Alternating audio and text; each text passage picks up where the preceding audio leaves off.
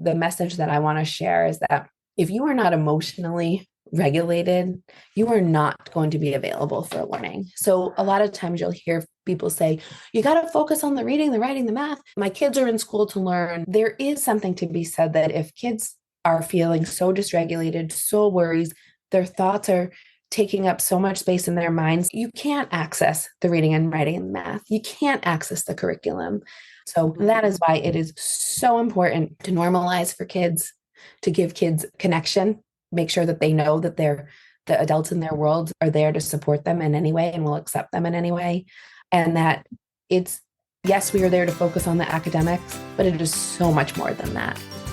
I'm Christine Santos, ex-corporate woman turned founder of my own boutique podcast production company. And it wasn't that long ago that I lacked the knowledge, the time, and the community to focus on growing my small but fun and exciting business. Through it all, I've had many challenges and failures and lessons learned. Today, I have so much fun helping others change lives and having the time and choices that allows me to spend more time with my family. It wasn't too long ago that this was just a someday dream. I created the Wonder Boldly podcast to give you inspiration with actionable steps to help you go after your someday dream now. If you're ready to take your days, weeks, months, life back into your own hands, or you're just curious what it means to create a business that makes an impact in a life you love, you are in the right place. Let's go. Hello, and welcome to another episode of Wonder Boldly. Today, I'm so excited to have Alison McGrath with me. This is a very personal topic for me. We met in a group, as we do in this world, and I was so inspired by the work that she is doing with helping children in worry and anxiety. It really touches my heart. And so I reached out to her and invited her on the podcast, and she graciously accepted the opportunity, which I love. Thank you, Alison, for that. And she has been out there promoting this amazing book, and I have a copy of it. We're going to talk about it. She is just this amazing human out there in the world making a difference. And you guys know, I love that. So Alison, she lives in Massachusetts with her husband, 3 children. Alison is a passionate school adjustment counselor who works with students from kindergarten through 5th grade, discussing worry thoughts, coping strategies, and mindfulness. Alison loves to teach about growth mindset, self-compassion, and reframing worry thoughts. She has focused the cognitive behavioral therapy, known as CBT, to be especially powerful with individuals who have anxiety. Her personal library of books is large, and she is a huge supporter of bibliotherapy. Alison's hope is that this book will support educators and parents to help guide children on the journey to be as worry-free as possible. I have the book with me. I've read it. I've marked it with me. It's Walter and the Worry Test. And we're going to get into that today. And I am just so honored, Alison. Thank you so much for being here. Thank you so much for the opportunity. You made me a little emotional there. I know I almost well up myself because it is such important work and you're making a difference. And that's just so meaningful. So let's start with getting to know you a little bit. Tell us about how you got to this point, maybe a childhood memory, maybe what you decided to study in college, whatever speaks to you, your little bit pre the book history. Sure. So I think there's a line in the book. It's actually in the dedication page. And it says, it's actually, for me, it's one of the most powerful lines in all of the book. And it says, to all of the worried children, I see you and you are not alone. And I think that really speaks to my why. And that really speaks to who I am, who I was as a child. a lot of times kids will say to me, "Who's Walter?" And I will say, "You're definitely looking at her. However, who isn't Walter, right? There's a Walter in all of us." So I have always been, from an early age, the person that I think my friends would come to talk to, for me to listen. And I was so fulfilled helping others. And that was always my passion and my calling. And so school never came easy to me, but it wasn't until years later that I realized it was because of all the anxiety and all the worry thoughts that were taking up so much space in my mind that I couldn't focus, I couldn't attend, I couldn't access the curriculum because I was so worried. And so that really started, I think, my journey. So school was never easy for me.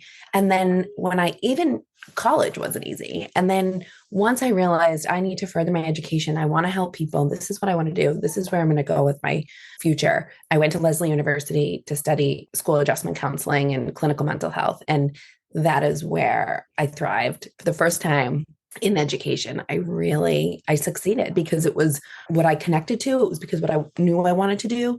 And I met lifelong friends who were doing the same work that I was doing. And what an amazing community to be connected to. So a little shout out to Lesley University as well. And then from there, I have had various jobs in the field, either in administration or direct work with children. And I have to say that the direct work with children is just so powerful. I absolutely love my work. I love my job. I love these kids. Somebody said to me the other day, "You don't understand because you're not in other places, but you approach this work in a way that you give your all to it." And sometimes, as I've disclosed with my own anxiety, you don't always feel there's this like imposter syndrome, right? And that's why hearing you talk about the book makes me smile, because sometimes I'm like, "Oh, is it any good? Can this speak to kids?" And you get hard on yourself. And so I think it's all interrelated, all connected. But when I started this clinical work most recently 4 years ago, the work that I love to do is to help treat children through literature and through books, and then often pair it with some sort of lesson or activity and connect it to them. And there's many reasons for that. But one of the biggest reasons, I think, is that when you're reading through text and reading through literature and pictures, you're connecting to a character. That character is not you, but you can connect to that character. And it makes it so much easier for a child to identify some of the things that they're going through somebody that isn't themselves, as a way to better understand and then to navigate how to handle that. So long story short, that is really where Walter was born and how this came to be. I love that. That's interesting. Can we talk a little bit more about that? So I liked how you said, and I'm just really interested in diving a little bit deeper there, how children can connect with somebody or a character outside themselves. Can you educate us a little bit more on that? Yeah. And that's really the thought and methodology behind bibliotherapy, which is therapy through books. And I think that, even as I just said, when you put yourself out there, and I'm learning this about myself, even through writing this book, believe it or not, has made me vulnerable. I'm putting my work out there, my heart and soul out there, that something that I created into the world. And I think that makes you vulnerable. I know it does. But similarly, I think it makes children vulnerable when they're sharing their truth, either individually with me or in a small group or even in a class lesson. And those are the ways in which I see children typically. But I think when, they are identifying, I feel this way, or I'm struggling with this, I think it definitely makes them vulnerable, either with me or with a group of people. And that's why when you can connect and resonate with a character, it's not you at that moment, right? It's the person in the book that, wow, this feels like me. And then that's really a door opening for me to do the work with them. Yeah. So you felt growing up, or maybe you didn't know it, but you had some anxiety growing up. You went to college, you found this area that you really spoke to you, and you really felt like this is where I need to be making a difference. Also, you have found that working with children around books, educating them, sharing stories, letting them be outside themselves and see themselves in characters, you found really powerful. So tell us, what was the decision point when you said, "Okay, I'm going to write a book"? Yeah, I can, along with my anxiety, I can be a little bit impulsive, which can be a character trait of that or characteristic. And there were these sort of publications happening all around me, and I had been exposed to hundreds of books on worries. There are many great books out there on worries, many that I have in my library and many that I've used in my work. But the one thing that was lacking that I felt was something tangible that kids could take with them to utilize on their own. You have a lot of books out there that talk about what if thoughts and things like that. And all of that is so powerful.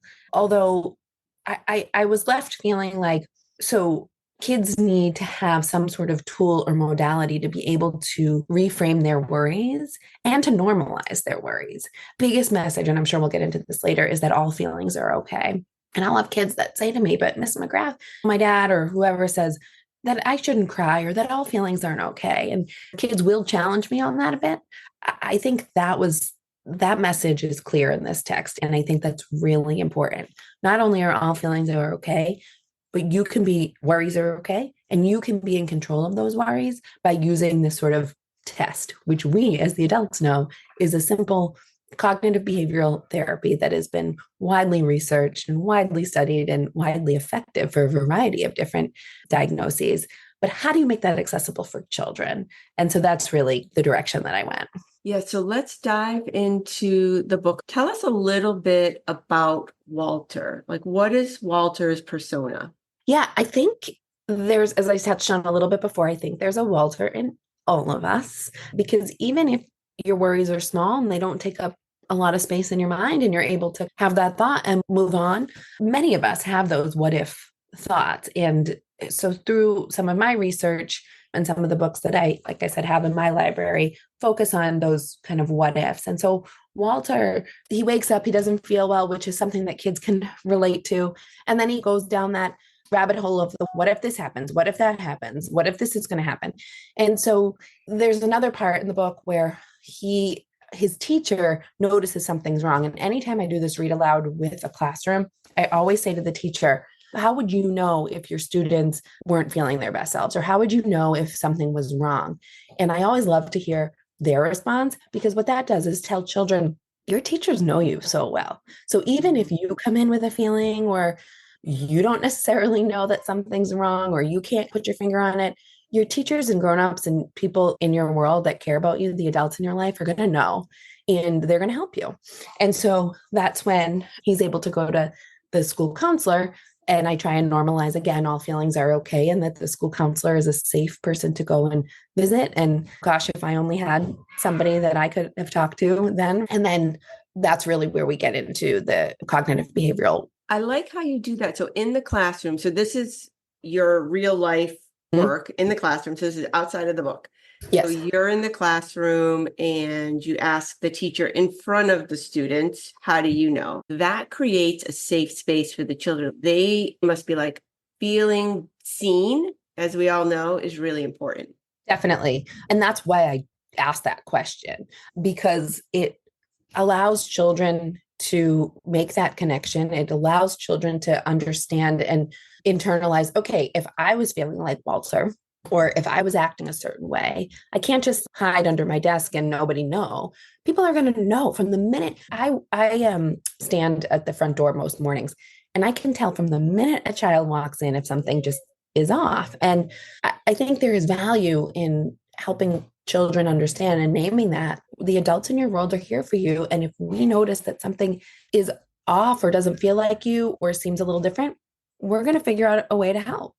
So I want to read a little excerpt. You've touched upon it many times here, but I just want to read it and then turn it over to you to talk a little bit more in depth. So there are so many good things, folks. You have to go and get the book, Walter and the Worry Test. There are so many good things.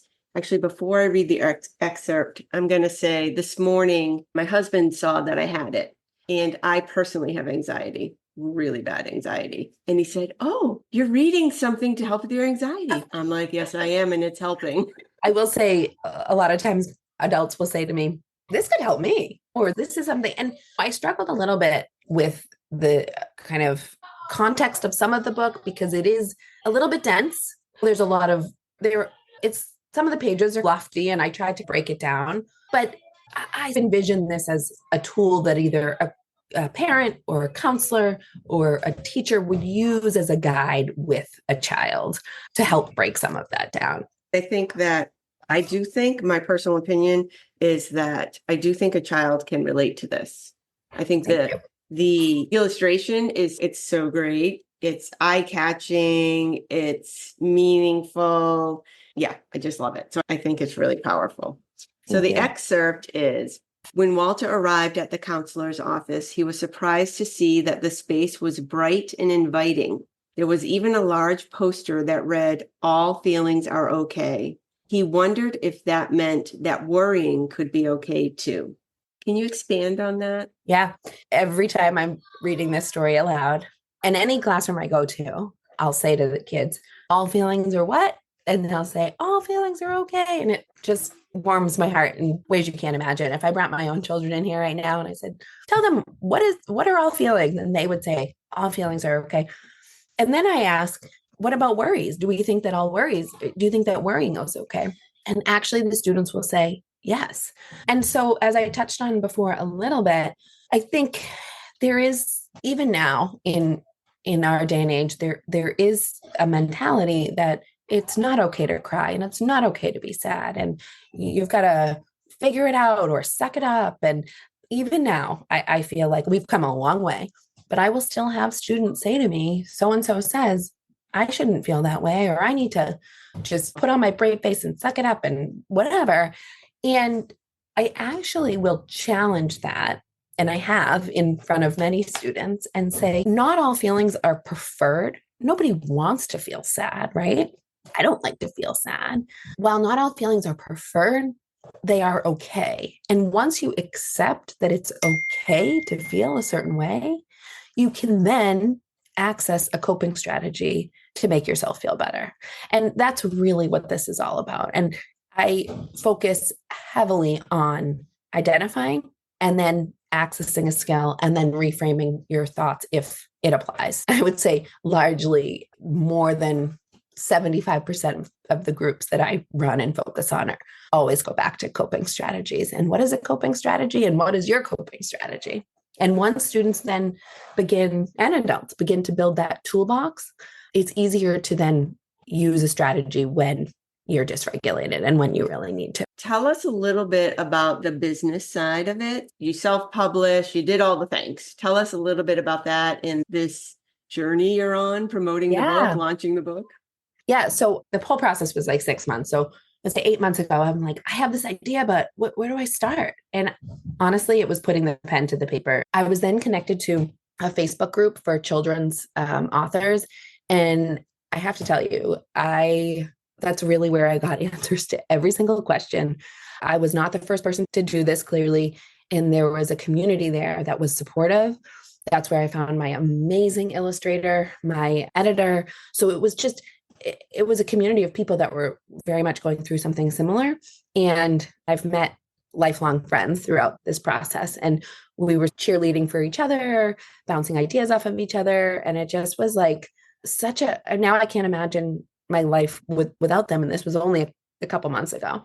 And believe it or not, my illustrator is all the way in Australia, which there are some references to Australia in the book, which I'm sure you can find. I play that little game with kids and ask them to find the references to Australia. And is Australia a country or a continent? I don't know, or both. So anyways, yeah, I know. I'm like, I got to get started on my next book because I miss her so much. So yeah, it was special. But so that really, truly helped me navigate all of this. And then on kind of the business side of things, and let me back up and tell you that my accountant of a husband who thinks in a way that I don't, which is where we complement each other, he was like, we're debating putting an addition on this house. I don't know that you really want to start a journey on being an author. It's really expensive. And I think what people don't realize is that if you self-publish, it's not cheap and it has its ups and downs. It truly does. But I did do crowdfunding through a Kickstarter campaign, and I wasn't sure if I really wanted to go that route, but I knew that there was no other way for me to start this journey if I didn't have a little bit of funding to start. And people, especially in this community, were unbelievably supportive to this work. So I think I raised like $6,000, which helped launch. It helped me fund the illustrations. It helped me fund the just printing of the book and then getting copies into people's hands. So I really couldn't have done that without Kickstarter and all of the people that believed in this mission and supported me. So thank you. But I think to get back to the original question too, when you self-publish, there's a couple different routes that you could go, but I have published through Amazon. So the book is available through Amazon. And then I also worked with Ingram Spark, which has afforded me the opportunity to have the books available through Barnes and Noble as well, which has been a nice partnership. And I've gone into one of the stores near me. And actually my son found it on the shelf the other day in Barnes and Noble, which was really exciting. And then I have a couple other visits lined up to various places. That's so awesome.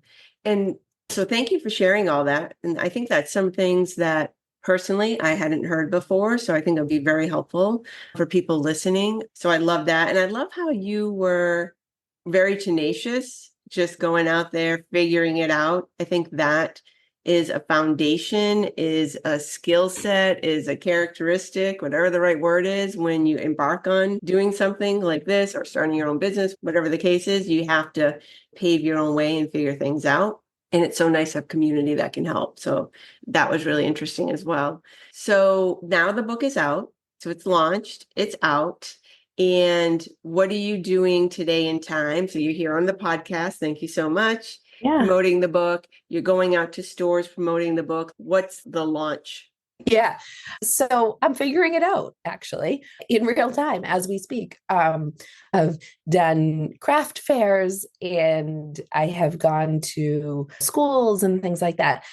I think really now what it comes down to is figuring out what's my market and where do I want to go from here. So I have about, let's see, 5 boxes of books that definitely need to move from my small office here.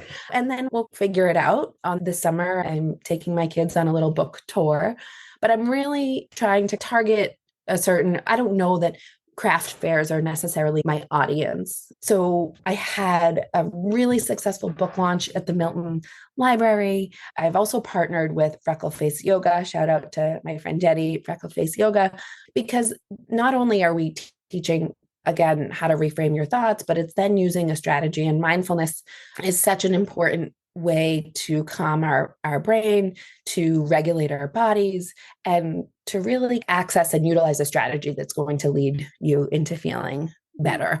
So we've done some yoga events, which have been excellent and widely attended, which has been awesome. So upcoming, I have some visits to some local libraries, and libraries are typically very supportive and open, and they also have pre-existing read alouds. So kids are gonna come and what's scheduled already.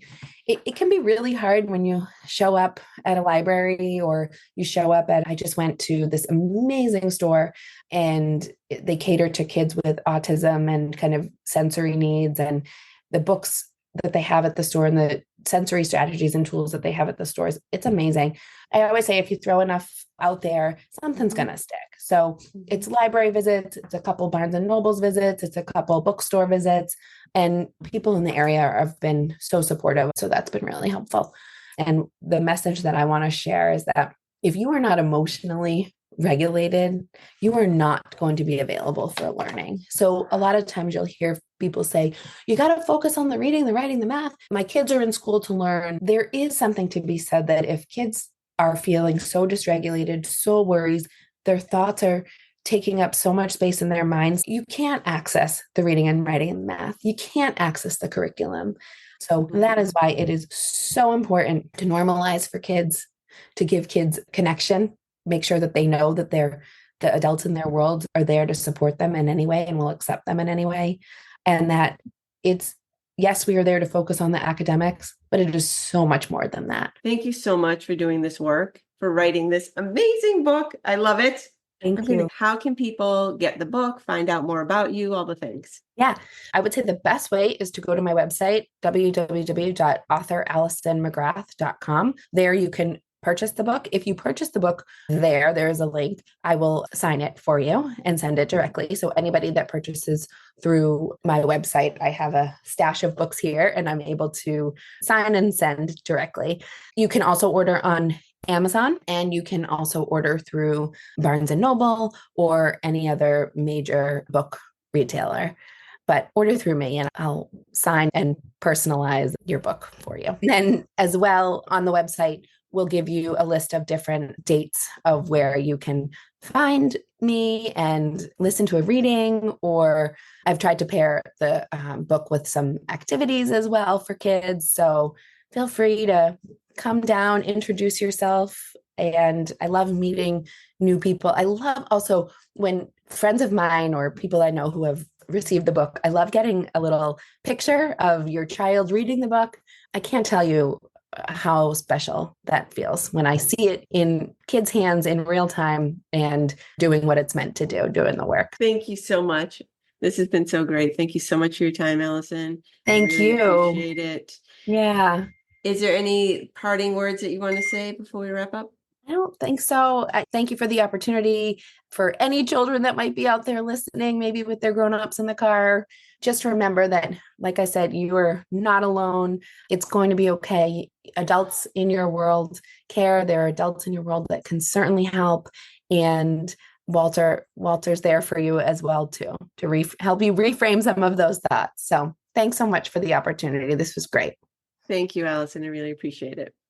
That's it for this episode. Thank you again so much for listening. I hope you enjoyed this episode. Please share it with a friend and leave a 5-star review. It means way more than you know. Until next time, continue to wonder boldly.